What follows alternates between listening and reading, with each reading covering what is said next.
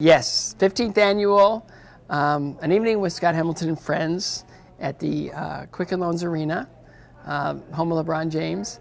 It's our 15th year, so it's exciting. You know, we try to break it up a little bit, make it a little different every year. This year will be a lot different than last year and the year before and the year before.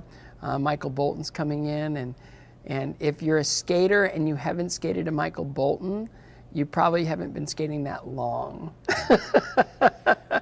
I skated a Michael Bolton a lot, you know. So it's beautiful for skating. It's a big sound. It's the power ballads. It's the romantic kind of music. And, you know, it'll be a lot of fun, and I'm excited about the show. Well, you know, the one thing that hasn't changed is the level of commitment from the Cleveland community, from Sam and Maria Miller.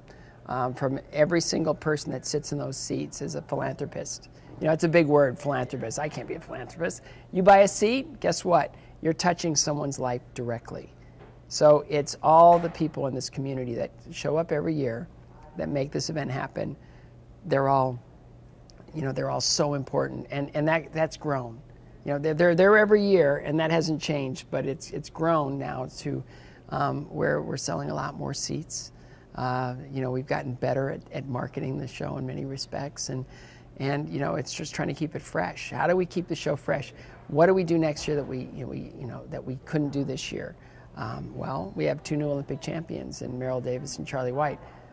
Let's bring them in. You know, all right, they're available for the first time ever because they're not doing the international competitive season.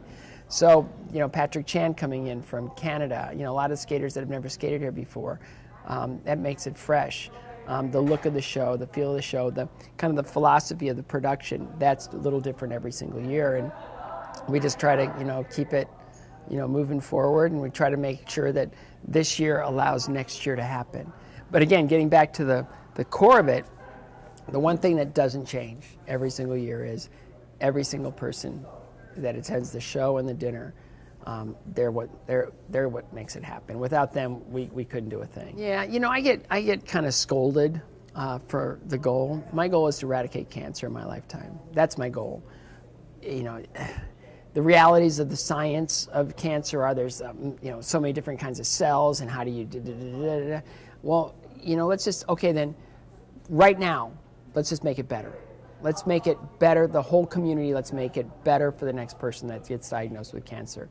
Let's make it easier for them to understand what they're going through. Let's give them the support they need, you know, psychologically, and you know, just have a mentor, somebody that's been there, done that. You know, pair them with that. It's Fourth Angel Mentoring Program. Let's create more research. Let's find, you know, the next best way to treat this disease. And we're doing that. We have so many research programs going. I think we're up to 39 now, going on right now. And then we've got, you know, 650 Fourth Angel mentors that we're being paired with cancer patients, where they can mentor them and help them and nurture their strength of, you know, resolve of just facing the next day, because they've got someone that's been there, done that. And then, you know, chemocare.com, the chemocare.com website, okay, which is 8th grade English and Spanish, and now with Chrome or Google Translate, okay, every language in the world. It's an 8th grade level English, Spanish, Greek, whatever you want it to be. Okay, one day last month, and it was the first day this has happened. I'm sure it's happened every day since. We had 47,000 hits in one day. So it's become the information portal for patients, and oncology nurses are now using it. They're saying, here's the drug, print it out, give it to the patient, or give them all the information, say, go on chemocare.com, and all the information's there. It's grown to a point of being the resource for patient information. So we're doing everything as best we can. I think we've done a lot of things right. And now, you know, we just got to figure out a way to touch more and more people.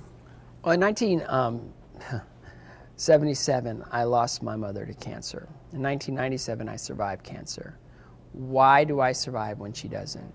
Well, research. You know, they came up with a protocol for me to endure and to get back to my life. Her cancer hasn't really improved that much. You know, her form of cancer, the research hasn't really gone to that next level. And, you know, I think if through the research that we're funding, if we're able to fund the research that I want to fund, if we're able to find more answers to lung cancer, brain cancer, pancreatic cancer, if we're able to find more, treatments for the form of cancer my mother had, I'll know why I was born. Okay, that's just how strongly I feel about it. It's like, you know, we all want to know why we're here on this earth, and you know. I look at it, it's like I've had a lot of really great things happen to me, and I've been knocked down a bunch of times. But if I can find a reliable treatment for the form of cancer that took my mother from me, then I've honored her in the best way possible. And then, you know, in the process, all of us that contributed to that have saved millions of lives.